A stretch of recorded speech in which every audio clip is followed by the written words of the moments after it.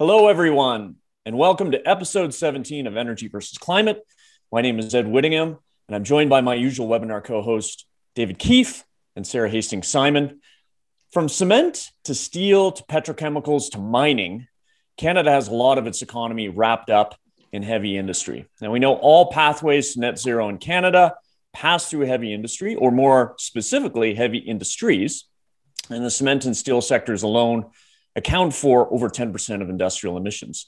Yet generally, as a country, we haven't really focused our collective attention on heavy industry GHGs compared to other sectors. It seems that oil and gas and electricity always hog the limelight. And of course, the gorilla in the room is often oil and gas, or more specifically, the oil sands, as it should be, because the oil and gas sector accounts for about a quarter of Canada's emissions.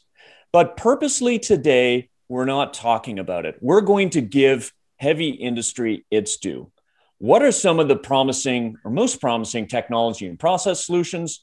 What are the key opportunities and challenges on the path to decarbonizing heavy industry?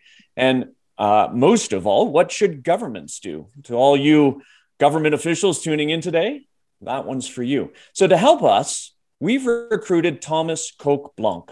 And Thomas is a senior principal at the Rocky Mountain Institute, where he leads its global breakthrough technology program. He's an engineer by education. And like Sara, his steely business sense, pardon the pun, given the topic today, his steely business sense was forged by McKinsey and Company. And in fact, Thomas built the very first McKinsey marginal abatement cost curve in 2005. And for people in our line of work, that's actually a really big deal. Thomas is joining us from Stockholm, Sweden. Welcome, Thomas. Thanks, Ed. Glad to be on the show. Great. We'll get to you in just a little bit. The usual housekeeping notes, the four of us, we're going to chat for about 35 minutes. After that, we'll get to your questions. You can send in your questions via the Q&A box throughout the webinar. Don't use the raise hand or chat function. Our wonderful day of assistant, Mika McFarlane, is going to screen for live questioners. We're recording, so you'd be recorded for posterity. If that's not your thing, just let him know. And now we're going to get into the basics of it. So Thomas, when we say decarbonizing heavy industry, which heavy industries in particular are we talking about? So I think the typical bundle here is steel, cement, and petrochemicals. In the general term, heavy industry in this context. Great. Now, when it comes to steel, cement, and petrochemicals, and I imagine we're going to get to all three in some way, shape, or form. When it comes to decarbonizing those industries, some people call them hard to abate. Why are they hard? Or the activist in me thinks, is that just a term to justify inaction? You can't reduce emissions in those industries because it's quote unquote hard. Well, I think every sector has its own set of challenges. I think when we talk through this, you'll hear that there are a lot of similarities with the challenges you see in, for example, the utility industry. The biggest difference is that the utility industry by design is a regional, almost a national market that you can control with the nation state policies. When you look at specifically the steel industry and some other globally traded commodities, it's just from a policy perspective more challenging because there is very few effective actual sort of cross-national policy setting entities, right? But I think that what many think is the reason is twofold, which is that we really don't know what to do, that there is a lack of understanding of the technologies that could decarbonize, or that is really expensive, right? Those are two commonly quoted reasons why these sectors are hard to abate. You can't, for example, looking at utilities, you have a situation where renewables are coming down in cost, and you can see a clear pathway in most markets, unless they're already there. In some markets where the renewables are even cheaper than the fossil fuel alternatives, and that makes it easy to decarbonize because you have that line of sight on a solution that's lower cost than the traditional way of doing things. And I think the same holds true for electric vehicles, and the same holds true for, use pumps for buildings instead of burning natural gas in many markets. So there is this notion that in the heavy industry space, you have more, it's not as easy to see the new solutions being cheaper. Now, I think there are a couple of other reasons why these sectors are hard to abate, and at least two that we focus a lot on in our work. And they're really sort of strong market forces that are driving productivity, and we would need to turn them around in order to achieve abatement, right? So one of them is commoditization. So if you look at these sectors over time, there's been an increasing push towards creating these tradable commodities in a market that has and creates an international traded market where you try to reduce differentiation of the product that you're trading so that you get higher volume, higher velocity. You can get a layer of traders involved in terms of controlling the price with futures and all kinds of mechanisms to control the price of the commodity. And in order to achieve that, you need to reduce the differentiation of the commodity. I think what a lot of the research is pointing to, that we need to do the opposite. We now need to create a differentiated commodity, call it green steel or green cement, that allows the consumer to understand that I'm now buying something different that has a different property than just cement, right? And that's going against the grain of a decades-long process of driving commoditization. I think the other market force we're up against is supply chain disintegration. So to take the steel example, 50 years ago, we used to have vertically integrated supply chains. So the same companies were owning the iron ore mines and the coking coal mines and the steel mills and the downstream cold rolling mills, and they owned the whole flow for a lot of strategic reasons: security of supply, locking in resilient supply. Could even be political reasons to secure supply of these materials for military reasons or other, right, infrastructure. And now we see a significantly more disintegrated supply chain. So iron ore is a separate asset class. Steelmaking is a separate asset class. And this is done for two reasons, partly because of the commoditization, and partly because the profit levels are different and the return on capital are different. So also from the investor community, these asset classes are viewed as different sort of risk categories of investment. The challenge here is that we now left with steel mills in the middle that are sitting on virtually all the emissions, but they're also the most competitive, least credit rated, and with least cash on hand. So we're putting the problem onto the asset class that has the least opportunity to do something about it. But if you go downstream or upstream, you have more opportunity to actually invest yourself out of the problem. But generally, you're not invited to the table because policymakers talk to the emitting asset class. Yeah. So that's problem number two, right? Yeah. So I want to get to some specific examples, and steel is great because when I talk to the steel industry, they say we can decarbonize, but at $300 a ton. So at that price, we're going to pay even the Canadian carbon price of $170 a ton every day, all day, that our board will just pay compliance costs. And then cement says, yeah, we can decarbonize, but it's going to double the price of our cement, and we're going to be priced out of the market. But before we go to some of those challenges and on the flip side, opportunities, I just want to help people tuning in to understand, what are some of the specific technological pathways that we can use to decarbonize, and where do they overlap and where do they differ by sector? And starting with cement, my understanding, 60% of cement emissions come from calcination because of just the fundamentals of the thermochemical process. Limestone plus heat equals calcium oxide plus carbon dioxide. After cooking the lime out of the limestone, you get what you want, which is the lime, but you get a lot of what you don't want, which is the CO2. And it's close to a one-to-one relationship. You make a ton of cement, you get a ton of CO2. And to get there, to get to that point where you're cooking the lime out of the limestone, you need a lot of heat. And generally that source of heat in the kiln comes from fossil fuels.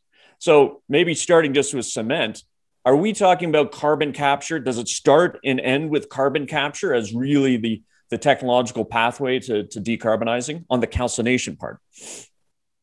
I think carbon capture is clearly an important technology for the cement industry. And I think that is for many reasons, right? And we can unpack them a little bit, one after the other. One is exactly what you're pointing at. And the benefit of using limestone as a starting point is that it's an abundantly available raw material to make cement out of. There are other formulas you can use, but then you set the industry up for raw material sourcing in a very different way than you do today. And cement is a surprisingly regionalized business compared to some of the other the heavy industry sectors. So I think you will get industry structural implications of choosing a different formula. And then there are customer challenges with changing formula as well, which is linking all the way to building codes. And I think there is a connection between the building codes, the structure of the construction industry, and the insurability of a building. So basically what I think, my view of what's happening is that while the project ownership of construction is a fairly consolidated market, the execution of construction is very fragmented. So many local contractors are hired in to do the job. Mm-hmm. And in order for them to, they don't have the balance sheet to carry the liability of something going wrong with a construction. So what they do is they insure themselves, and the only way the insurance company will underwrite the risk is if they follow code. So you have this loop which connects to the building codes that is a key enabler to sort of drive different technologies into the construction industry. Gotcha. Okay. Just can I jump in? I mean, isn't it true that there's now, which is kind of exciting, one plant in the world in Brevik, Norway, has actually now final investment decision committed to do CCS post-combustion capture on a cement plant to be operational in 2024, which is kind of exciting. Happy to have, if you have any knowledge about that. And your second comment was about, whether you can move away from limestone-based cement in bulk. There's no question you can do it at the margin. My impression from talking with people about this is, yes, I've heard the story about building codes before. I agree with everything you said, but that practical reality, the idea that we're actually going to move the main material flow completely away from limestone feels to me really unlikely. Am I wrong? No, I don't think you're wrong. So I think the final technological opportunity here is something that's called using CO2 to pre-cure the cement in a centralized location rather than letting it cure after you cast it on construction site, which actually reduces CO2 emissions because you can have the cement absorb some of the CO2 while you cure it, and this requires carbon capture, but instead of storing it in the ground, you use it to pre-cure the cement. Now, again, this is also a slightly limited opportunity because it requires precasting, right? So exactly. Why not do what's happening at Brevik? Isn't that, I guess, I always think about the simplest, dumbest thing. And it seems to me, we know how to do this. We know how to store CO2 underground. We've been doing it for 50 years plus. The Brevik plant is being built. There will be some opportunities, but this precasting thing is just not going to grow that big. And it's got a bunch of cost factors that make it, to me, a little unscalable. Let me just point out that David Keith, who has spent a chunk of his career working on CCS, has called it simple and dumb, which now I agree, there's no technological barrier to doing it. We'll get into the cost barriers and other things. But sorry, I wanted to interject, and back to you, Thomas.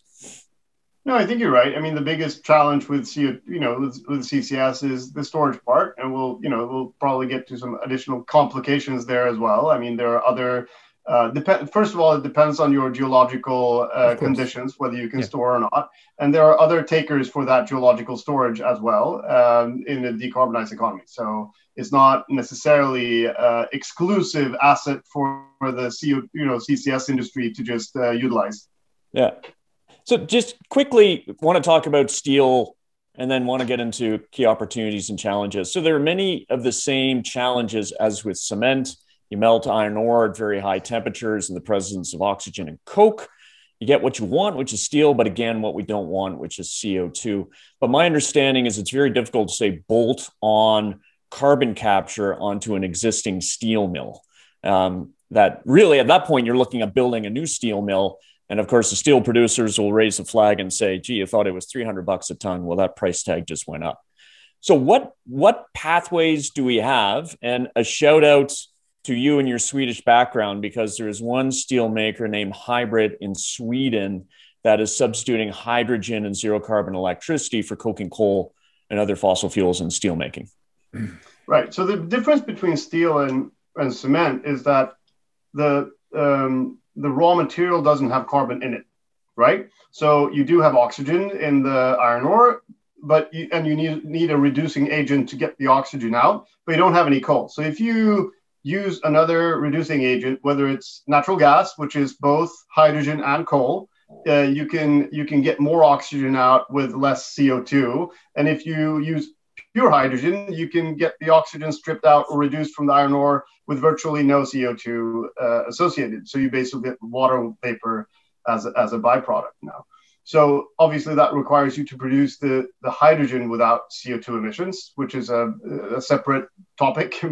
But yeah, you can indeed run a process called direct reduction with hydrogen, and that's exactly what the Hybrid joint venture is doing. It's a joint venture between the state-owned utility, the state-owned mining company, and a arguably pretty close to state-owned steel company, even though it's a publicly noted company. Yeah. So it's interesting. You'd said, well, we need that low carbon hydrogen, and that might work for a place like Sweden, where you've got a lot of low cost electricity, you got hydroelectricity, and you can produce that low carbon hydrogen. When I talk to the steel industry, they say the EU might be years ahead of us, and yet getting further ahead on hydrogen production and transmission, the low carbon kind, that's still a 20 to 30 year project. So I hear about this, but tell us, because in Canada and on this show, full disclosure, we've been quite critical of what we think are overly ambitious or irrationally exuberant hydrogen production schemes. But give us that EU sense. Is it closer than what we think?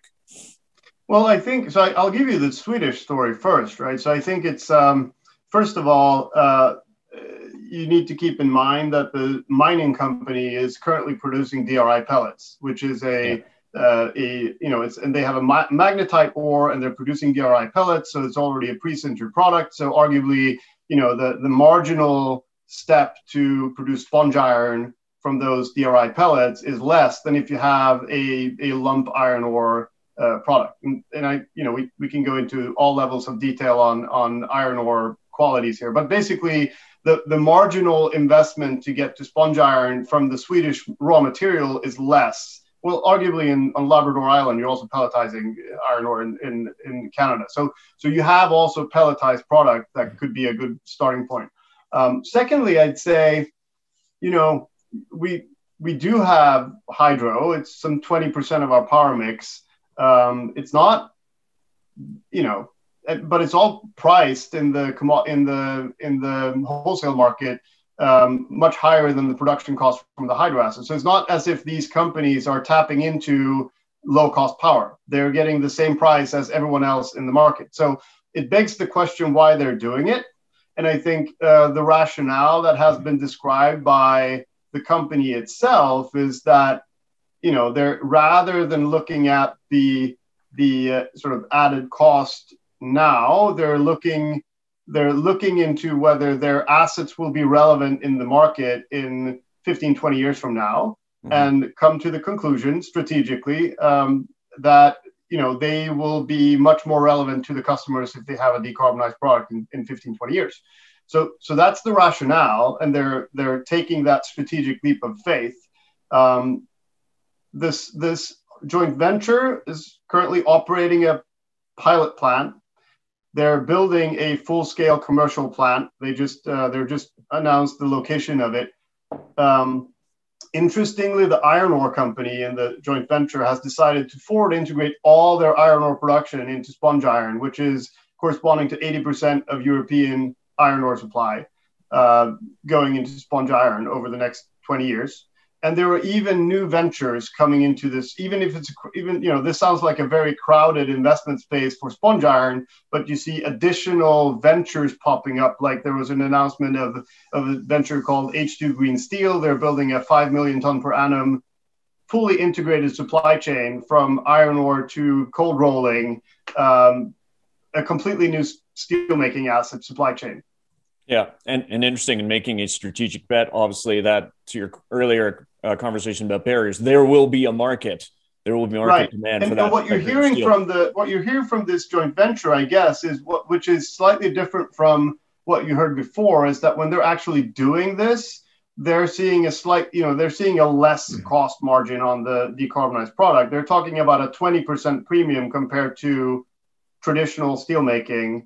And if you then you have to ask yourself, what level of carbon price do you need to believe in for this to make sense? And I think, again, what they're saying themselves is if you have a carbon price up towards, between $80 and $100 per ton, or actually euros per ton, this will pencil. And that's CO2 prices that are definitely on the horizon for the EU ETS. Great. Okay, Sara. Eva, let's launch poll one. Poll one over to you. What's the biggest single barrier to decarbonizing Canada's heavy industry is? Cost, technology, policy, the lack of public pressure on producers. Sara, over to you. Open it up and not specific to any one sector. What are the key opportunities and the key challenges on the path to decarbonizing heavy industry? Maybe I'll start with the challenges and end on a more positive note, I guess. I think what I heard Thomas, saying a lot, there was this central message of, in a lot of cases, it's not the technology itself, which is not to say that there doesn't still need to be some technological development, but that really getting technologies deployed within the systems is a big challenge. And I think that's made harder within these larger systems where you do things in bigger chunks, say, compared with maybe making cars or making solar panels, where it's a little bit easier to get on this ramp of, producing a little bit less of something and then scaling up over time. You have this sort of minimum investment to get into when you're going to build a new steel plant, for example. And so that's, I think that's a challenge sort of in and of itself, but I think it also challenges the way that industries can innovate, right? Because even if you go back to the steel industry, which, we talk about how it's relatively highly emitting, I guess we should also note, of course, that it's a sector that has achieved relatively high recycling rates. So, I think that's worth noting and sort of learning from. And so one of the things I think that's interesting, though, from that lesson of how they got to these high recycling rates and sort of this whole so-called mini mill system where you're using existing steel and basically remelting it down. That was not something that originally came out of sort of the established big steel players, but in fact came from a player in the industry that was not in the steel manufacturing business, that needed steel for their own production of other items that were made out of steel, and was having a hard time getting enough steel, consistently. And so they went into this recycling in an effort to secure their supply, and not with an eye necessarily to selling it externally. And that's sort of the backstory of what has now become a large part of the steel industry as a whole. And so I tell that story because I think it's an interesting example of, sometimes or often, I guess, you have these innovations and disruptions that come not necessarily from, some of the big established players. And that's tricky to do within a system that is so so it comes in such large chunks. I mean, I guess the one other challenge that I see, and I think we feel this very much in Alberta with all the debate around opening new mines for metallurgical coal, and in general, when we have these policy discussions where we talk about having carbon, output-based allocation systems that are protecting some of the trade-exposed industries, is really getting the timing right on this stuff. And so that applies for the coal plants, but it also applies for how far you push your local industry, because of course you don't want to get too far in Canada out ahead of the rest of the world, such that you're placing an undue burden and industries becoming uncompetitive. But we spend a lot of time talking about that. We don't talk so much about the flip side of the challenge, or the risk of not moving fast enough and ending up left behind with, plants that are no longer competitive, or producing, low carbon products that people want, or mines that are producing materials that are not desired. So those are some of the challenges side. If I think now then instead about the opportunities that come on the flip side of that, I see quite a lot of them in terms of, certainly as Thomas was talking about, creating these differentiated products. And I think we've seen that happen relatively successfully with renewable energy within consumer-facing sectors, where companies have, basically seen a value in making renewable energy commitments, even at times when it was at higher cost, and passing those costs on to consumers. And one of the key things there, I think, is that those costs, especially in the beginning, even if they were maybe high on a per kilowatt hour basis, they were low compared to the total cost of the product. So if you're buying something from Apple that has a renewable energy commitment, your iPhone, the amount of money that it costs them to buy renewable energy for that iPhone is a very small part of the total cost of the phone. And so I think there's opportunities for that similarly within, especially say the steel industry, where, you may have the cost of the product itself goes up, but if it's a small piece of the overall pie, there's a real opportunity there for Canada or other countries to be leaders in that space. And then I think the other piece of that, though, actually is there's sort of an opportunity or a little bit of potential for a reshuffling in some of the global layout of where these products are manufactured, right? So historically, coal plants, for example, they were cited, and steel plants were cited, and the industry as a whole developed on the basis of, the materials that were needed to produce that product. And so when we start talking about things like using hydrogen, or in the case of cement, using carbon capture and storage, whereas David and Thomas noted the storage geology is quite important, that kind of creates a little bit of a space for a reshuffling, which I guess, is a loss maybe for someone as some of these industries move around. But I think, bringing it back closer to home again with Canada and Alberta, it's sort of, it's an opportunity for us to look at some of these sectors with fresh eyes and say, where could we be competitive and even gain market shares in sectors that, we haven't been as big in previously. Quick follow on to that. I completely agree with Sara that this will reshuffle. That is, where things are depends on competitive advantage, and the competitive advantage shifts as we shift how we do it. So Ed mentioned there was skepticism about hydrogen. I have no skepticism at all about solar hydrogen. I think there's a really good chance that it happens at large scale as a significant fraction of primary energy, but it's going to happen in places that are really sunny, not Canada.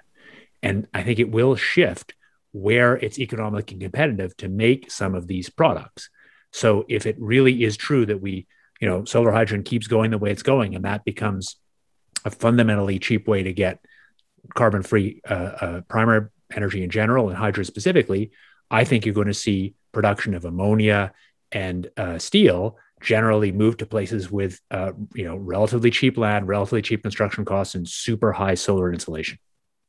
And arguably, it will happen also where you have combination and asynchronic solar and wind production. So places like where you typically don't have a lot of industrial activity today, like the mountains of Morocco, where you can literally get capacity factors of 70+% by combining solar and wind.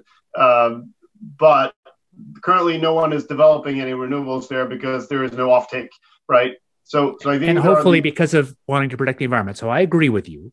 I agree. I said solar, but solar and wind, of course. And there's places in carbon engineering, we actually saw some contracts in the US Midwest that were close to 70% combined. I think I'm judging that wind plays a smaller role in global primary because of its environmental impacts and low energy density. Right. I think solar is really where it tips. On land wind. But that's partly because I'm assuming people will care more about the environment than maybe they actually do. Let's go to the poll results quickly because, what are the biggest single barriers to decarbonizing heavy industry? Our audience says in order: cost, policy, lack of public pressure, technology, and cost and policy about a third and a third each. So we've kicked around costs. Let's actually talk about policy, because what can governments do to try to help the industry decarbonize? We're going to launch another poll. There are a bunch of things that they can do, and a bunch of things. I can tell you, a live conversation within the government of Canada now, that there's more recognition of the need to go after this big wedge of Canadian emissions, and especially at a time when the Canadian government's international commitment to reduce GHGs just went up as of Earth Day, April 22nd, 2021. And so now we're going to be pulling GHG emissions reductions out of the back of the couch. We know already that the one thing that the government of Canada has, well, two things. They bet on the carbon price and going up to $170 per ton by 2030. And they've also bet on big subsidies. And by big subsidies, they've got a fund called the Net Zero Accelerator Fund, which came out of conversations with large emitters like steel and cement. And they just recapitalized in the last budget. It's gone from $3 billion to $8 billion. It's a good start, but even $8 billion for large industrial projects is not a lot of money over 5 years. We need serious money. We need more capital. We need long-term capital. But let's turn it back to our guest, Thomas. When you look at this and you go in and you've got the ear of a policymaker, what's your sort of 30-second elevator pitch on what the government needs to do? Or is it impossible to do in 30 seconds? I'll try. I think one of the the final barriers that is relevant to consider is the fact that most of these assets are project financed, and you finance them under a certain policy environment, right? So I think it's important that you can create a stable policy environment that is investable against, so that you know that you have more, the challenge is not necessarily, one of the primary challenges is to what extent the different policies are bankable or not in your project financing case to your debt providers. And that's one of the key things we can focus on. And that maybe covers several of the responses in the poll here. Great. We're going to get to... go ahead. I'll jump in. I think that's such an interesting one. It relates to something I know, Ed, that you, and maybe we'll talk about this more later, but this push to have a tax credit for CCS, right? And one might say, well, if we have a carbon price that's going to go to $170 a ton, why don't you have bankers out there that are willing to basically finance that price in the future? And as a CCS developer, you could benefit from that today. And the fact that there is that push for that, I think, is reflective of the fact that finance tool doesn't exist. And we could debate, why is it there isn't enough faith in the policy durability, or there just isn't, a big enough market yet. I don't know. But I think that's rather than just direct subsidies, I do think that finding better ways to bring the financial system into the policy tools that have been developed already is really key. I think another one to me, I do think that the procurement one is a big one, especially when you're talking about governments, wanting to have industries develop locally. So thinking about both decarbonization and, the industrial development or jobs framing, where it's, companies are going to end up going and locating, and there's a number of elements to that decision, but one is certainly, what does the local market look like? So I think that that's something that's quite important. And then I think just more generally coming back to that, how can governments help be the first mover that de-risks some of these projects, right? And I guess I get back on my industrial policy horse for the 10th time of these shows, to say that's what we did in Alberta in the oil sands. And that's, more or less why we got SAGD to happen, was because, government did it and showed that it worked, and then people took that up. And so I think that's just, we have to still recognize that I think, Thomas, your explanation of the companies that are moving forwards that are either state-owned or essentially state-owned, I think that reflects that reality, and it's not helpful if we try to pretend that we can just leave this completely to the market. I think once the technologies are proven out and you've built the first one, maybe you can build the second or the third or the fourth and the fifth in the marketplace, and I think that makes a lot of sense. But those first projects, more direct involvement, not even necessarily in the form of subsidization, but really direct involvement, I think is key. Just to find a comment on that, Sara, thank you. I think if from a policy perspective, the fact that the pilot plant was backed by the government to de-risk it, and there went a few $1 million maybe went in there. It's in the big scheme of things, peanuts. Because the state-owned company, which is, while state-owned, it's also publicly noted, and it's a for-profit company, they've now taken upon themselves to make a $50 billion investment. So if you look at the leverage they got from that de-risking, it's huge, right?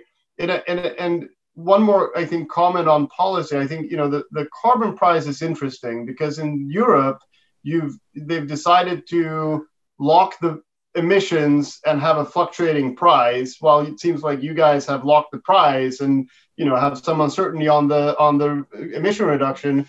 The challenge in Europe was that for many, many years, no one knew what the carbon price would be. So from a project financing perspective, it wasn't considered bankable, and everyone set it to zero in investment cases, like literally zero. No one banked on CO2 prices, so it had zero effects for new assets. It had some marginal effects in terms of fuel shifts and whatnot in existing assets, but really no impact in new investments. Now that's changing. Apparently, the market is more mature. They introduced the central bank function that can control the price a little bit, and so it doesn't fall through the floor. The futures market has evolved, so you can actually secure prices for a couple of years into your project. So there are a couple of mechanisms in place that makes it more bankable. And I guess that's what is happening here as well in Canada. If you have a specific price 10 years out and you know what it's going to be, you can actually put that into your investment case, and it becomes something that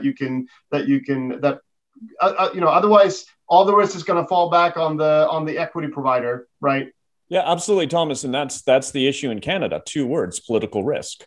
So it's not bankable, or it's tough to make it financeable, because it sounds great, and I applaud it, $170 by 2030, but we are one federal election away. And although the other party that could plausibly form government has come out with a much better climate plan as of a few weeks ago, it doesn't have that kind of aggressive price schedule. So you're trying to get that first plant financed. You're a steel manufacturer in Ontario. You got an old blast furnace. You want to replace it. You can say, sure, we'll replace it with existing technology and then hope to bring hydrogen in down the road. And whether it's 10 or 20 or 30 years, whatever it is, I'm not quite as optimistic as David on the electrolytic hydrogen, but we'll make it like hydrogen ready, but using conventional technology. Or we'll use electric arc furnaces and direct reduced iron. That's going to cost you, say, an extra $1.3 billion. Your base plan is $700 million for that retrofit, $2 billion to go to the next level of technology. And their point is at $300 a ton, 170 still doesn't get us there. It's risky. So the public good, the public funding is that $1.3 billion for us to ensure that we reduce our emissions. Now, government, are you going to buck up, or you're not, or are you not? And part of the problem in Canada is green industrial policy is a toxic term here in North America, generally. Whereas I don't think it's the case. And just to be very clear, the government doesn't have to push in all the $1.3 billion. They just have to push in whatever makes that investment whole. So we shouldn't inflate the issue by just saying the government should put all the capital in. They just need to put the marginal capital in, or the marginal support, to get from sub-market returns to market returns on that investment. I totally agree. And I really want to agree with what Sara said. Sara keeps bringing up industrial policy. I think in a small country like Canada, you are sort of not allowed to talk about the reality that there's a limited number of plants and sites, and get back to cement. Setting some overall unclear $170 price may not convince anybody to do anything. Yet if government really wanted to roll up its sleeves, maybe you have some kind of board that makes it so you're not just picking something in somebody's writing, but there's some board that fundamentally picks a site and then works to get that site actually to do it. Why is the first plant in Brevik not in Canada? And that's because government didn't get it together to just work to get something real done. We want to have these policies that appear to be even-handed, but really mean we won't do much. Yeah, and if I could add to that, one of the reasons in Canada, we don't talk about this enough, is that the steel and cement sectors, by example, don't have a home in the Canadian government. We've got branches within natural resources for oil and gas, for mining, for forestry, teams that wake up in the morning thinking about how are we going to decarbonize those industries. I don't think you've got a single person in the government of Canada, fill my email inbox if I've got this wrong. I don't think you have a single person waking up each morning thinking, how do I decarbonize steel or how do I decarbonize cement? And until we get that kind of focus on it and we build out those teams, then it's always going to be off the side of someone's desk who needs to make key policy decisions to help those sectors. I want to get us to questions. We've got lots of questions that have come in. We've got 20 minutes. We've got Nicole Chan. You're going to ask us a question. Over to you. So I just have a quick question, or maybe not so quick, but cement plants can use natural gas to get to the temperatures that they need in their process. And so do you see maybe renewable natural gas playing a role in the decarbonization pathway for cement plants? Thomas, do you want to take a crack?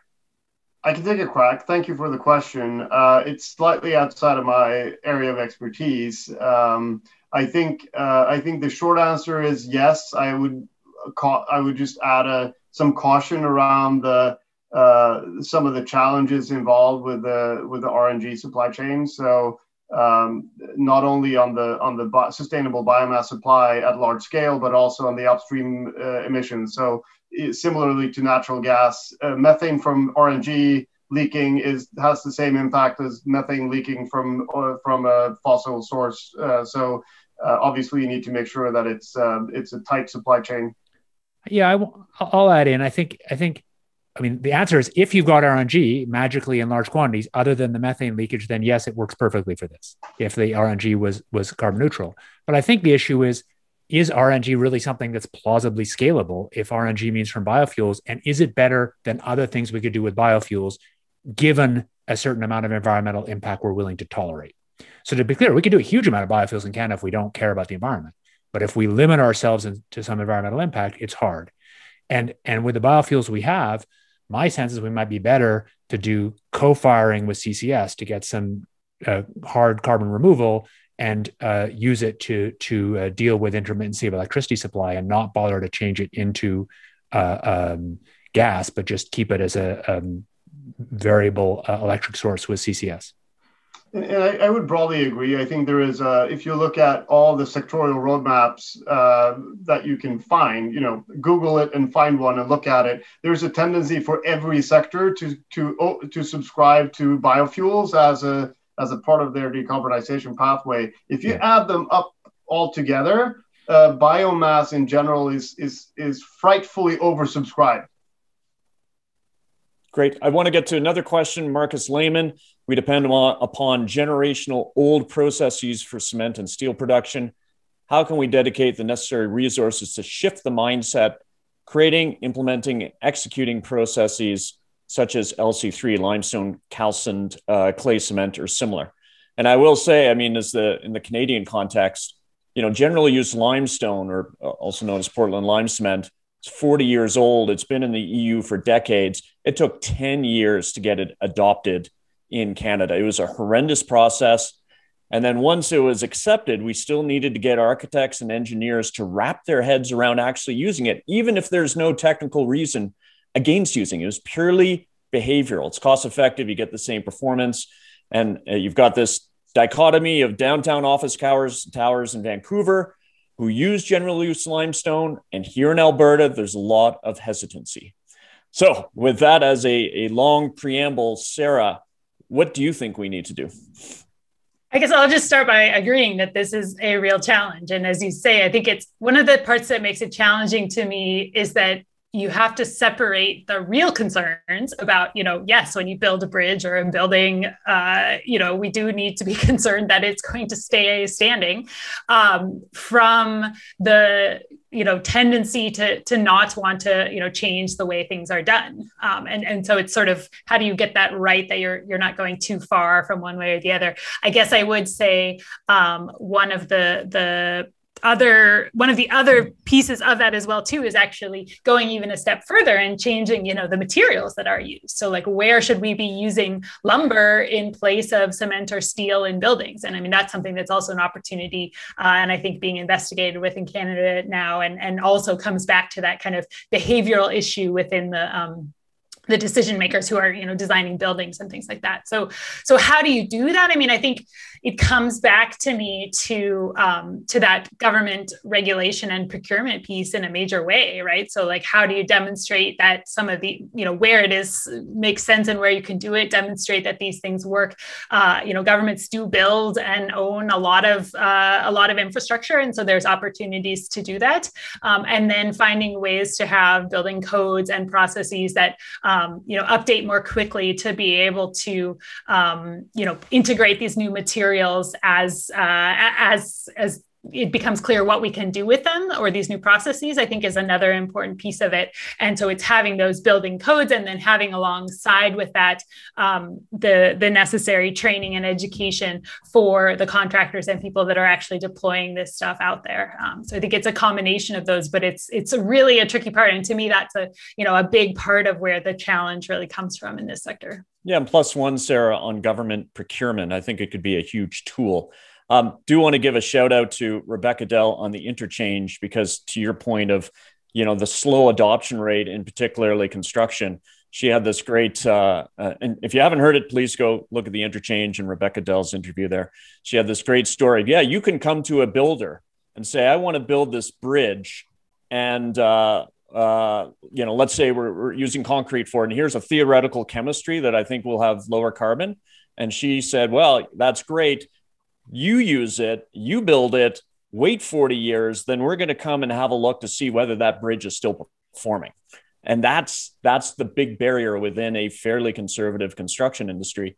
And a barrier, frankly, because when I talk to, going back to government, the good folks at Infrastructure Canada, they're under a lot of pressure to help to provinces and municipalities to rebuild their infrastructure. That uses a lot of cement and concrete, but at the same time, they're already attaching green strings. They're worried that with the political pressure to get that money out the door, it's tough for them to attach another green string, like you have to be using low carbon cement or low carbon steel.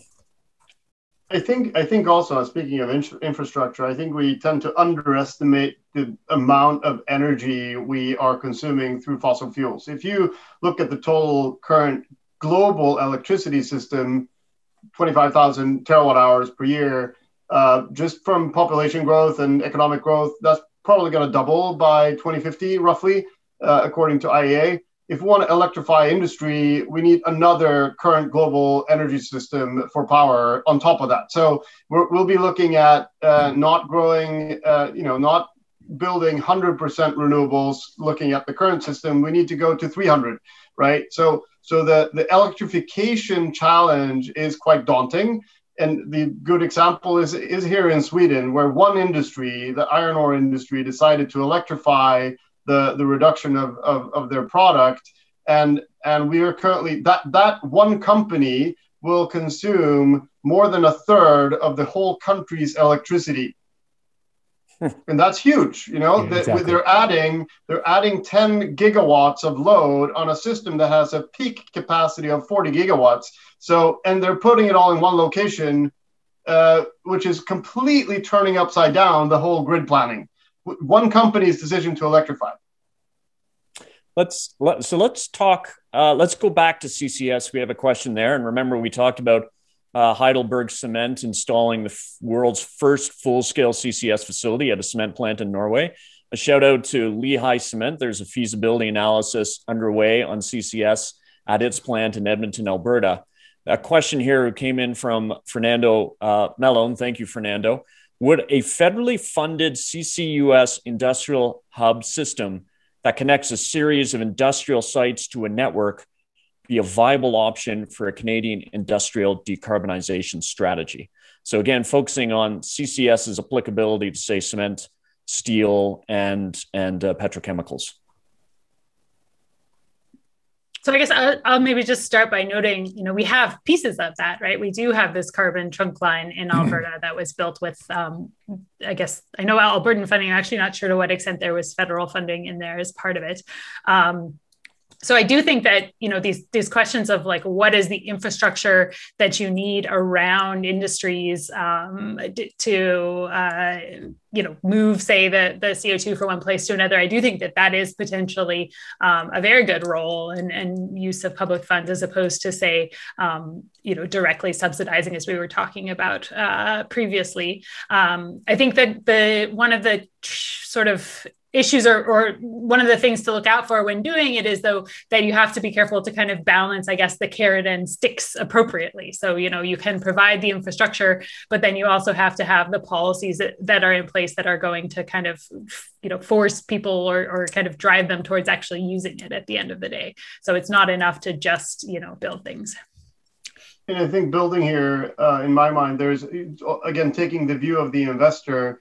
The pipeline infrastructure, whether it's for hydrogen or CO2, is challenging also from the utilization perspective, because increments of scale of whoever puts in or takes out product from the pipeline comes in vastly different sizes. So, you look at hydrogen buses, you need roughly 100,000 hydrogen buses to equate to one steel mill. So they come in really different sizes, and the pipeline is an order of magnitude larger. It equates to like 10 gigawatts of electrolyzer load. So you're going to look at investing in a pipeline infrastructure with a very unpredictable utilization, right? And that does not make a good business case for investment. So there is a role here, not necessarily to pay for everything, but to sort of support, I think, neck-to-neck development of supply and demand, right? To make sure that you don't overbuild supply and you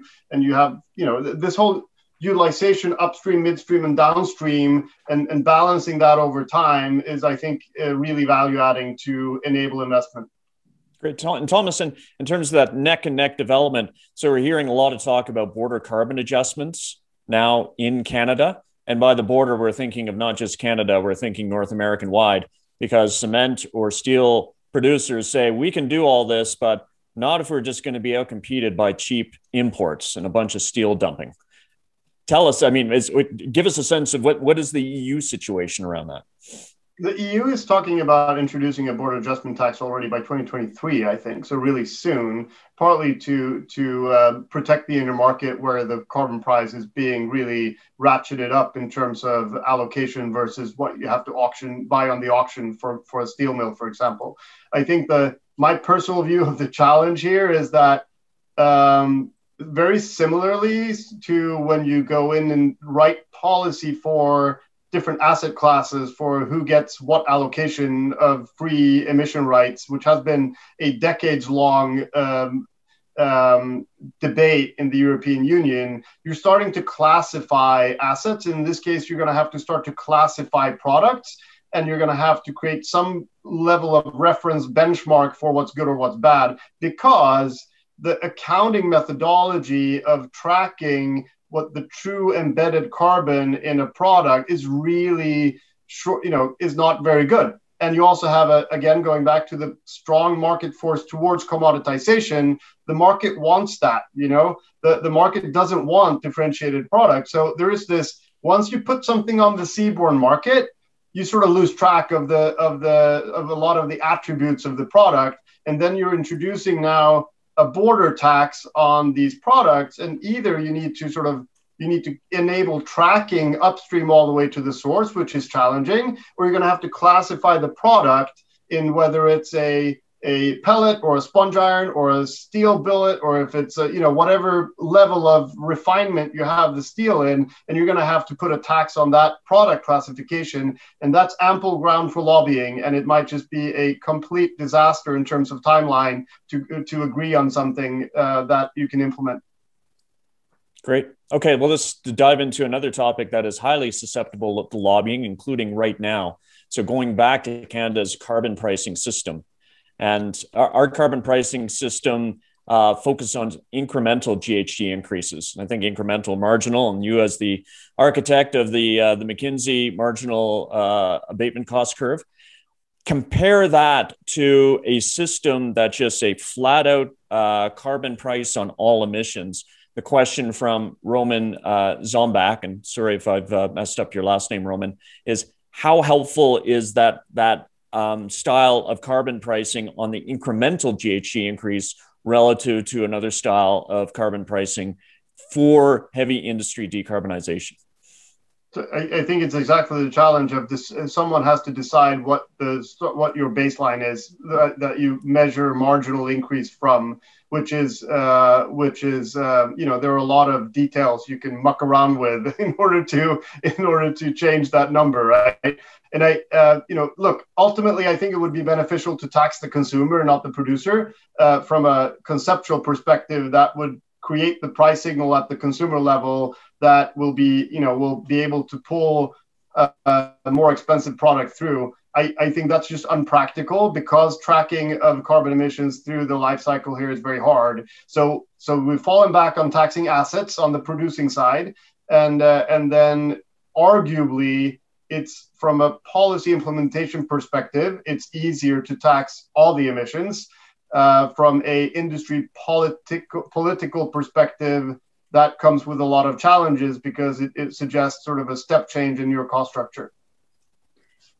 I think it's somewhat problematic the way that, we've landed on that within Canada and within Alberta. I mean, I think, I don't want to be overly picky because I think there's a lot of great things about the carbon pricing system and raising the price where the price is going to. But I do think, that this idea of having output-based allocation, so a portion of the emissions that are not charged for emissions-intensive trade-exposed industries has been a little bit perverted in its application. So starting with the idea that, the concept of identifying emissions intensive and trade exposed industries was really originally intended to be, okay, that gives you a first list, which you then from that point go through and decide, which ones really need some form of output based allocation to, protect them from carbon leakage. And that has really just transformed into, okay, as long as you, meet those emissions intensive and trade exposed, then you're on the list. And so I think that there's a lot more allocations going out than, would need to be to avoid carbon leakage. And then you can say, well, the economists would say that's not problematic because as long as the marginal price remains the same, then you get the response that you want anyway. And there, I think that just really doesn't reflect, the way the systems and the people and the way that these companies operate, in that there's very much, a sort of issue of salience and prices and costs getting to a certain level before it gets the attention of, management and becomes kind of an issue to deal with, right? And I think there's some, there's some good work that has been done looking at actually the EU ETS that shows that, there are definitely companies that responded, especially this was at a time when I think the allocation levels were higher, but they essentially responded to those, the price with the allocation level much more like a regulation. So basically they, would decrease emissions down to the level of the free allocations, but not below. So I think there's a lot of evidence, that when you put this, very nice conceptual concept around marginal cost into the real systems of companies, they don't quite respond in the way that, we might like. And so I think that is something that, is important to reevaluate. And I guess the one thing that, hopefully border carbon adjustments are one way to address those. The other is that, if we do start to, as I think we're starting to see, more coordinated global action from, the US, EU, China, then, that problem starts to a little bit go away on its own, because you basically, have the majority of areas where you're doing this stuff, are all having some sort of policy. Yeah. And I want to add, the other is what I would refer to sometimes refer to as the fair trade coffee approach, which is don't track, just certify the source and enable the consumer to have a certified source of origin of the material. And that just, that is maybe not all appropriate for all applications, but for some of these commodities, a certification of origin approach could actually be helpful and avoid some of the complications that we've just talked about.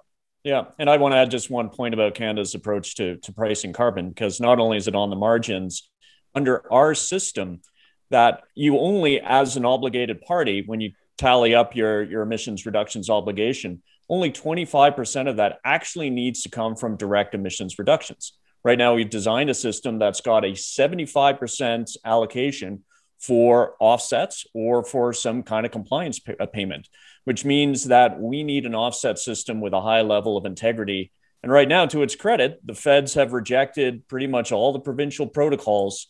But we need to ensure, if we're going to have that big of an allocation, 75% to offsets, protocols that have high additionality and high permanence. And you only have to go back to our nature-based climate solutions conversation a few episodes ago to know that we had a serious conversation, or we raised serious concerns about both those things, additionality and permanence.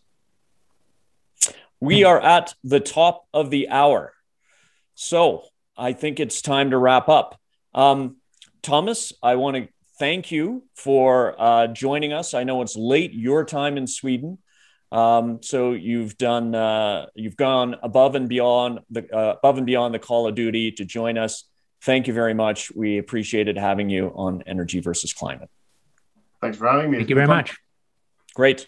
Now, remember, this episode is going to be available at energyversusclimate.com or available for downloads on Apple Podcasts, Stitcher, Spotify, or wherever else you listen.